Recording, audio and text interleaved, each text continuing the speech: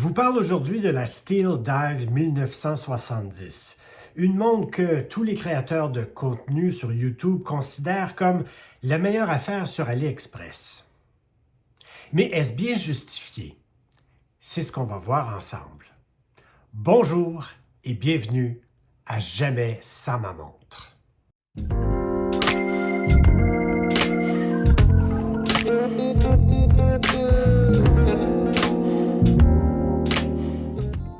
Même si tout le monde en parlait et ne tarissait pas d'éloges, je la trouvais un peu moche. Sur les images, le reflet bleuté de son verre et de son bracelet avec fermoir en métal pressé me laissait assez indifférent. J'étais résolument convaincu que je serais déçu. Donc, j'ai passé mon tour. Une fois. Plus d'une fois. Et puis, l'offre commerciale a changé. Les critiques ont été entendues par les manufacturiers et les améliorations ont été apportées. Et je me suis laissé séduire par la légende de la montre que la Steel Dive imite. Si ce n'est pas une copie parfaite, elle s'en approche beaucoup. On parle ici évidemment de la célèbre Seiko 6105, produite de 1968 jusqu'à 1977. Pensez à la montre du Captain Willard dans le film Apocalypse Now. D'où le surnom de Captain Willard ou tout simplement Willie. Une montre que les Marines américains s'achetaient au magasin des bases militaires en Asie du Sud-Est pendant les dernières années de la guerre du Vietnam qui s'étendit de 1955 à 1975. Plus étanche et plus robuste que les montres militaires qui avaient servi aux soldats dans des conflits antérieurs. La célèbre référence 6105 n'était que la deuxième montre de plongée produite par Seiko, la première étant la 62 MAS lancée en 1965. Toujours résistante à l'eau jusqu'à 150 mètres, une amélioration du mouvement automatique a été apportée, incluant un taux de battement plus élevé de 21 600 battements par heure. La montre originale, mesurant 44,5 mm de large sans la couronne et 47,5 mm de longueur, avec une largeur de 19 mm aux cornes. La symétrie du boîtier est due à la conception des garde-couronnes qui protègent la couronne des impacts. Le cristal Seiko Hardlex possédait des caractéristiques anti-réfléchissantes assurant une lisibilité dans divers environnements et offrant aussi une résistance aux éclats que le saphir n'a pas. La lunette a une insertion de résine de plastique. La référence 6105 originale était livrée avec un bracelet noir en caoutchouc texturé. Comparé à beaucoup de bracelets en caoutchouc modernes, ceux-ci étaient durs et cassants. La Seiko 7105 se vendait autour des 95 $ en 1968. De nos jours, le modèle qui imite le mieux chez Seiko, ce serait la SPB 151, qui se vend autour des 1500 $. Il existe aussi le modèle SLA 033 doté d'une lunette polie à Zaratsu. Ça, c'est le polissage Zaratsu. C'est la technique de polissage manuel utilisée pour les boîtiers Grand Seiko en général. Et elle est offerte en édition limitée de 2500 pièces à un prix de 4250 $ américains. Si c'est votre première fois sur la chaîne, bienvenue, mon nom est Léon, j'habite Montréal et je présente des montres abordables pour toutes les occasions. Merci de vous abonner à la chaîne, de donner un like à la vidéo et surtout d'activer le rappel pour être informé de nouvelles vidéos publiées sur la chaîne et ne rien manquer. Je publie une nouvelle émission au moins à tous les mois, mais surtout, merci d'être là. Parlons des dimensions de cette montre. Vous avez un diamètre ici de 44 mm. Corne à corne, donc la longueur totale, et notez ici les maillons inversés, 47 mm seulement. L'épaisseur à 14 mm. Vous avez un entrecorne ici de 20 mm pour votre bracelet. La lunette est d'un insert de céramique. Tout ça, bien sûr, est imprimé. Et vous avez une lunette unidirectionnelle ici, 120 clics avec une bonne résistance. Pas de jeu du tout. C'est assez convaincant. Voilà. Le mouvement de cette montre est bien sûr le célèbre mouvement Seiko NH35 automatique dont la réputation n'est plus à faire. Résistance à l'eau, on vous dit ici 200 mètres, donc 20 ATM, 20 bars. Est-ce qu'on peut le croire? Bien, écoutez, avec une couronne vissée, avec un fond bien vissé, vous pouvez sans doute faire confiance à la résistance à l'eau de cette montre. 200 mètres, pas sûr. 100 mètres et plus, sans doute. Lorsque j'ai déballé cette montre, j'ai été impressionné par son poids, par cette sensation de solidité, cette masse.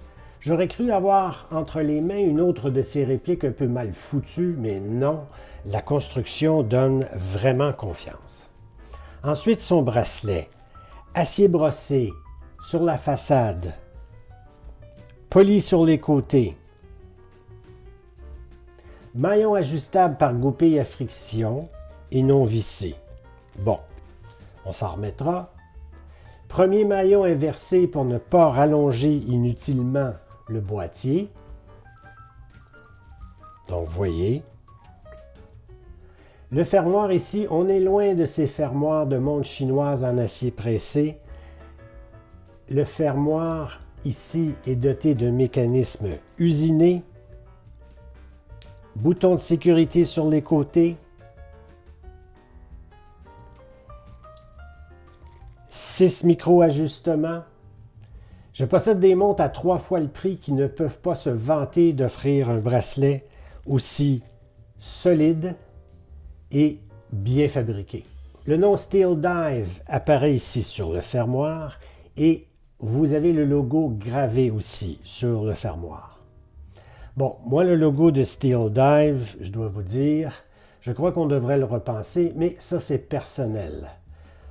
Un peu de jeu entre les maillons, mais presque rien. C'est rien d'alarmant.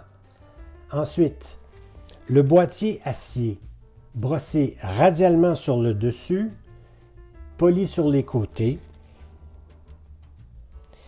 Lunettes céramique avec une bonne prise sur le côté. Luminosité BGW9. On le verra un peu plus tard à la pénombre. La couronne signée, bien cachée dans le côté du boîtier à 4 heures et bien protégée aussi. Le fond de la montre avec toujours ce logo Steel Dive. Le cadran est noir et les index sont carrés et jaunis un peu, juste un peu jaune. Double à 12 heures, c'est 2 bâtons si vous voulez, plus grand à 6 heures et 9 heures. Guichet de date encerclé d'acier à fond blanc et chiffre noir. Des aiguilles en forme de poteau en acier avec insertion dans 18 C3 Luminova vert. La trotteuse, remarquez-la bien, elle est en forme d'aiguille avec comme un peu un feu de circulation au bout. Notez la flèche et le point rouge tout au-dessus. Alors vous avez une petite flèche jaune et le point rouge tout de suite en dessous sur le bout de la trotteuse. Au-dessus du pignon, le logo, le nom Steel Dive. Au-dessous du pignon, les mots Automatic, Water Resist, tout ça en blanc avec le 200 mètres en rouge. Tout est imprimé sur le cadran, sinon les indices sont appliqués bien sûr et cerclés d'acier. Notez qu'elle existe en cadran stérile si vous ne pouvez supporter le branding Steel Dive sur le cadran. C'est une grosse montre. Elle est très présente.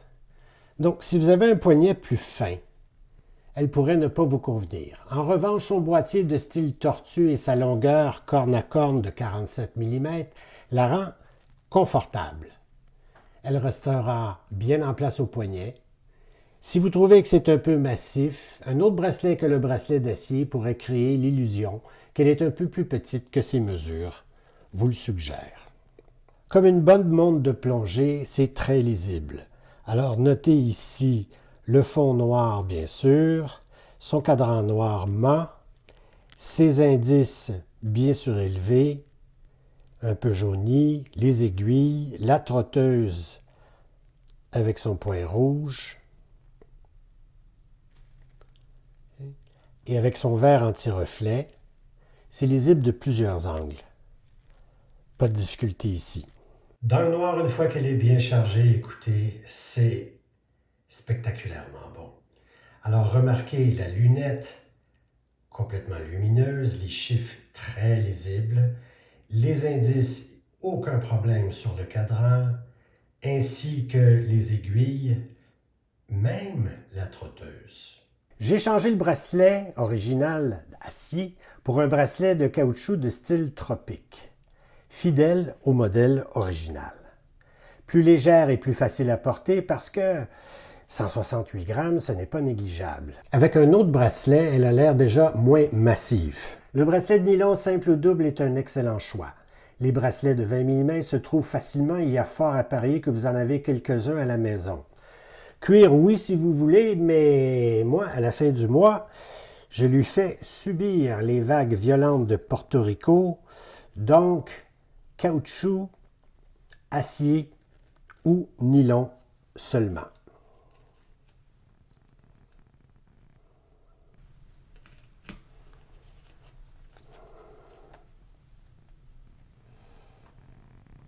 Le choix d'alternatives ne manque pas, bien sûr. Je vous en présente quelques-unes, mais il y en a sans doute d'autres. Alors, chez Addie's Dive, par exemple, quartz à moins de 90 $. Heimdallr, semblable à un prix un peu plus élevé, le logo est un squale stylisé. Tandorio, avec deux choix de mouvement, Seiko NH35 comme celle-ci ou PT5000, un mouvement copié sur un mouvement suisse qui a une meilleure réputation. Tout ça pour 172 $. Et enfin, San Martin, bien sûr, qui offre sans doute de meilleurs finis, mais qui vogue aussi sur sa réputation à 260 $. En résumé, voici ce qu'on aime de la Steel Dive 1970. D'abord, sa solidité.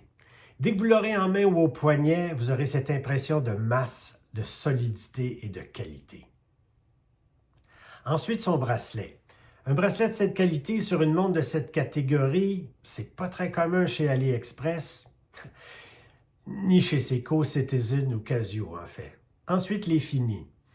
La finition est correcte pour sa catégorie de prix, rien de très spectaculaire, seulement bien pensé. Et en fait, son prix. Pour moins de 100 $ canadiens, je serais vraiment embêté d'essayer de trouver mieux. Mes confrères créateurs de contenu YouTube n'ont certainement pas tort ici.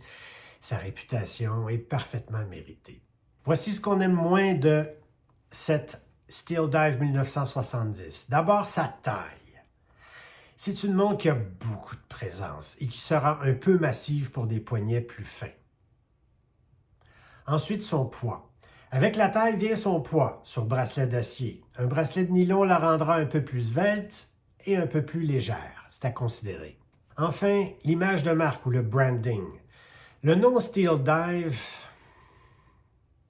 c'est pas pour tout le monde. C'est un peu nul. Mais le logo de masque, palme et bouteille, ça, c'est un peu raté. Il est vraiment temps que Steel Dive fasse une révision de son image de marque. On pourrait faire tellement plus simple et tellement plus joli à coût moindre. Est-ce que je vous la recommande? Écoutez, à 100 $ canadiens au moins, vous ne serez pas déçus. C'est très peu pour une montre de cette catégorie. Elle en offre beaucoup. Allez-y sans hésitation.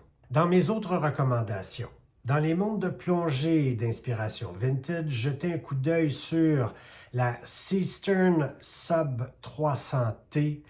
Oui, ça ressemble à une Doxa du même modèle. Et la Watch Dives WD 1967, inspirée de la Omega Sharkmaster 300, une montre qui n'est plus fabriquée. C'est à voir. Merci d'être resté jusqu'à la fin. N'oubliez pas de vous abonner, de donner un like à la vidéo et de commenter. À très bientôt.